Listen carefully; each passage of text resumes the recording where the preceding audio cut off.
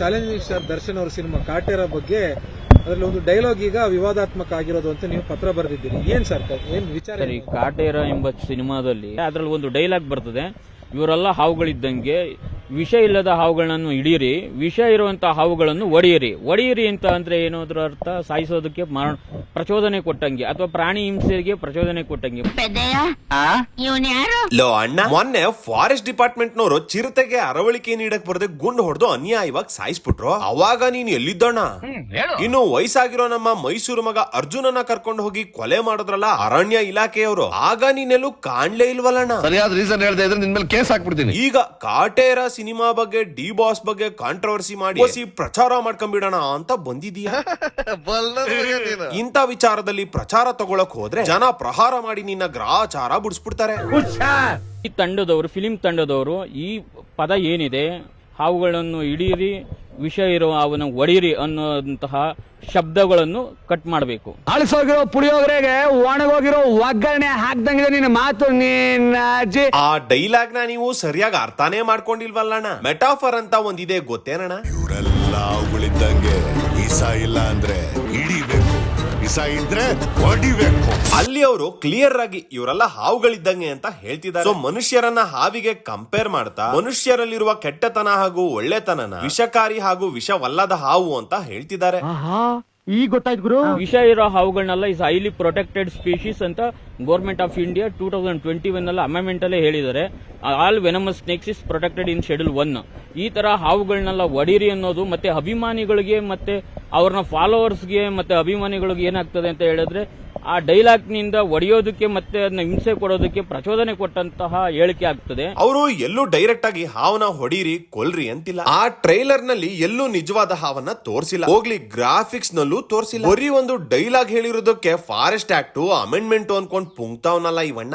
KGF ಸಿನಿಮಾದಲ್ಲಿ ಒಂದು dialogue ಇದೆ, ಒಂದಾನೆ ನೋಡಿಬೇಕು, 3 ಅಡಿ 6 ಅಡಿ ಹಾವಲ್ಲ ಕಣ್ಣೋ, ಟನ್ ಗಟ್ಲೆ ತಗೋ ಆನೆನೆ ಹೊಡಿಬೇಕು ಅಂತ ಹೇಳೋರೆ. ಕಾಡಿನ ದೈತ್ಯ ಪ್ರಾಣಿ ಆನೆನ ಹೊಡೆಯೋದು ಅಥವಾ ಕೊಲ್ಲೋದು ಅಂದ್ರೆ ಸುಮ್ನೆನಾ?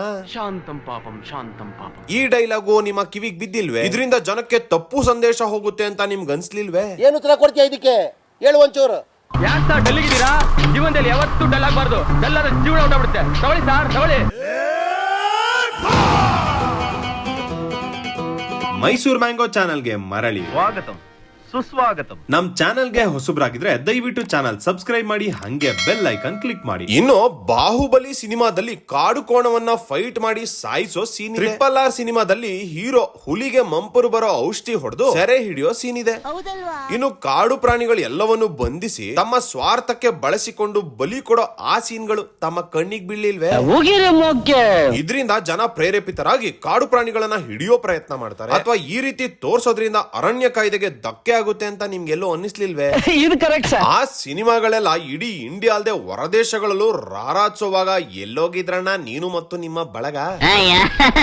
ಇನ್ನು ಕೆಲವರು ಹೇಳ್ಬೋದು ಅದು ಗ್ರಾಫಿಕ್ಸ್ ಗುರು ಅಂತ. ಗ್ರಾಫಿಕ್ಸ್ ಅಥವಾ ರಿಯಲ್ ಅನ್ನೋದು ಮ್ಯಾಟರ್ ಆಗಲ್ಲ. ಅಲ್ಲಿ ಸೀನ್ ನ ಇಂಟೆನ್ಷನ್ ಏನಾಗಿತ್ತು, ಜನರಿಗೆ ಅದು ಹೇಗೆ ಇಂಪ್ಯಾಕ್ಟ್ ಆಗುತ್ತೆ ಅನ್ನೋದಷ್ಟೇ ಮುಖ್ಯ ಆಗುತ್ತೆ. ಈಗ ಇವರು ಅದು ತೆಲುಗು ಸಿನಿಮಾ ಅಂತ ಹೇಳಿ ನುಣುಚ್ಕೊಳ್ಳೋ ಪ್ರಯತ್ನ ಮಾಡಬಹುದು.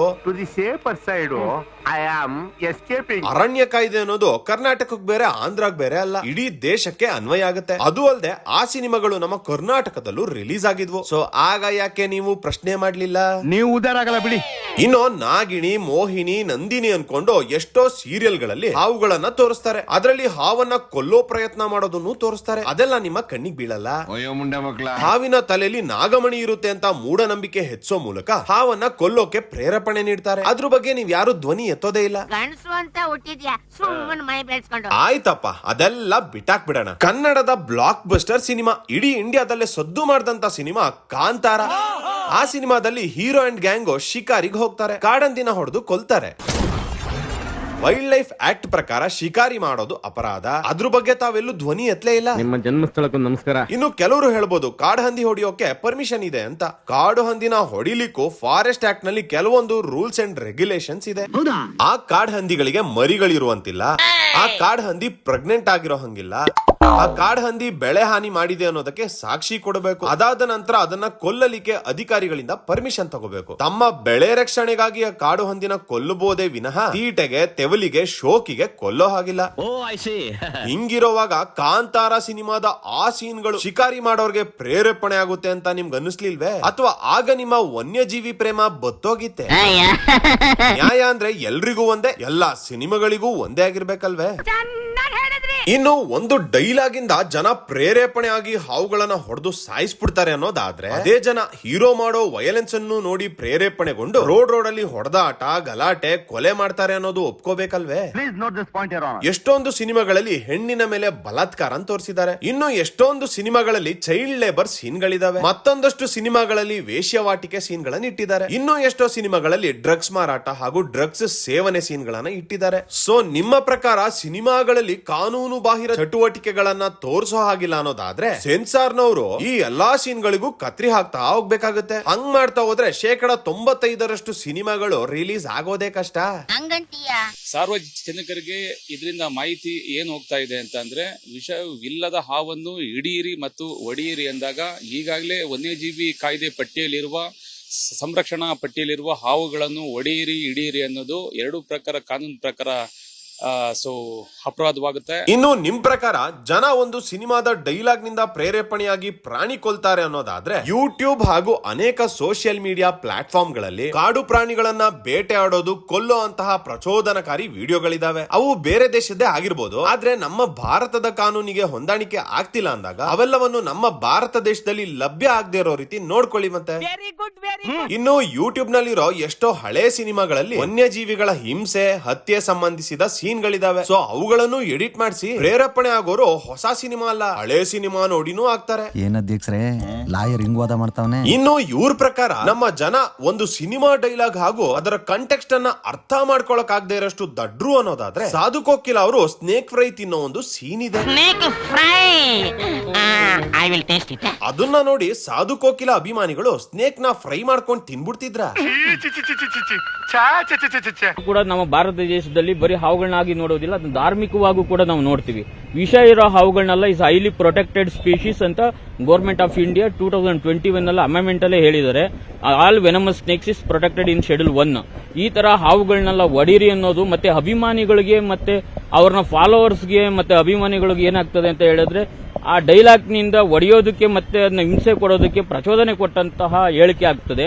ಹಾವುಗಳ ಮೇಲೆ ಅಷ್ಟು ಪ್ರೀತಿ ಕಾಳಜಿ ಇರೋದೇ ಆದ್ರೆ ಅವುಗಳನ್ನ ರಕ್ಷಣೆ ಮಾಡ್ಲೇಬೇಕು ಅನ್ನೋದಿದ್ರೆ, ಷಷ್ಠಿ ಹಾಗೂ ನಾಗರ ಪಂಚಮಿ ಹಬ್ಬಗಳಲ್ಲಿ ಜನಗಳು ಸಿಕ್ಕ ಹುತ್ತಗಳಿಗೆ ಹಾಲೆರಿತಾರೆ. ಹಾಗೆ ಮಾಡೋದ್ರಿಂದ ಹಾವುಗಳು ಒಳಗೆ ಉಸಿರು ಕಟ್ಟಿ ಸಾಯುವ ಸಾಧ್ಯತೆ ಇರುತ್ತೆ. ಇನ್ನು ಹಾವು ಹಾಲು ಕುಡಿಯೋದಿಲ್ಲ, ಹಂಗೇನಾದ್ರೂ ಹಾಲನ್ನ ಕುಡ್ದಲ್ಲಿ ಅದು ಹಾವುಗಳಿಗೆ ಅಜೀರ್ಣವಾಗಿ ಸಾಯುವ ಸಂಭವ ಇರುತ್ತಂತೆ. ಹಾಗೂ ಹಾಲೇನಾದ್ರೂ ಅವುಗಳ ಮೂಗಿನ ಹೊಳ್ಳೆಗೆ ಹೋದಲ್ಲಿ ಅವುಗಳ ಶ್ವಾಸಕೋಶಗಳು ಹಾಗೂ ಕಣ್ಣುಗಳು ನಿಷ್ಕ್ರಿಯಗೊಂಡು ಹಾವು ನಿಧಾನವಾಗಿ ಸಾವನ್ನಪ್ಪುತ್ತಂತೆ. ಇದನ್ನ ನಮ್ಮ ಉರಗ ತಜ್ಞ ಸ್ನೇಕ್ ಶ್ಯಾಮ್ ಸರ್ ಎಷ್ಟೋ ವಿಡಿಯೋಗಳಲ್ಲಿ ಹೇಳಿದ್ದಾರೆ. ಒಂದು ಸಿನಿಮಾ ಡೈಲಾಗ್ ನಿಂದ ಜನ ಪ್ರೇರೇಪಿತರಾಗಿ ಹಾವುಗಳನ್ನ ಸಾಯಿಸ್ಬಿಡ್ತಾರೆ ಅಂತ ಬಾಯಿ ಬಡ್ಕೋತಿರೋ ಅಣ್ಣಂದ್ರ, ಒಂದು ಆಚರಣೆಯ ಬಗ್ಗೆ ಜನಗಳಿಗೆ ಅವೇರ್ನೆಸ್ ಕ್ರಿಯೇಟ್ ಮಾಡಿದ್ರೆ ಸಾವಿರಾರು ಹಾವುಗಳ ಜೀವ ಉಳಿಸಬಹುದು. ಮೊದಲು ಆ ಕೆಲಸ ಮಾಡಿ ಅಂತ ಹೇಳ್ತಾ ಇವತ್ತಿನ ವಿಡಿಯೋನ ಮುಗಿಸ್ತಾ ಇದ್ದೀನಿ. ವಿಡಿಯೋ ಇಷ್ಟ ಆಗಿದ್ರೆ ಲೈಕ್ ಮಾಡಿ, ಕಮೆಂಟ್ ಮಾಡಿ, ಸಬ್ಸ್ಕ್ರೈಬ್ ಮಾಡಿ, ಹಂಗೆ ಗಂಟೆ ನೋಡಿರಪ್ಪ. ಇನ್ನು ಬೆಲ್ಲು ಹೊಡಿಲಿಲ್ವೇ?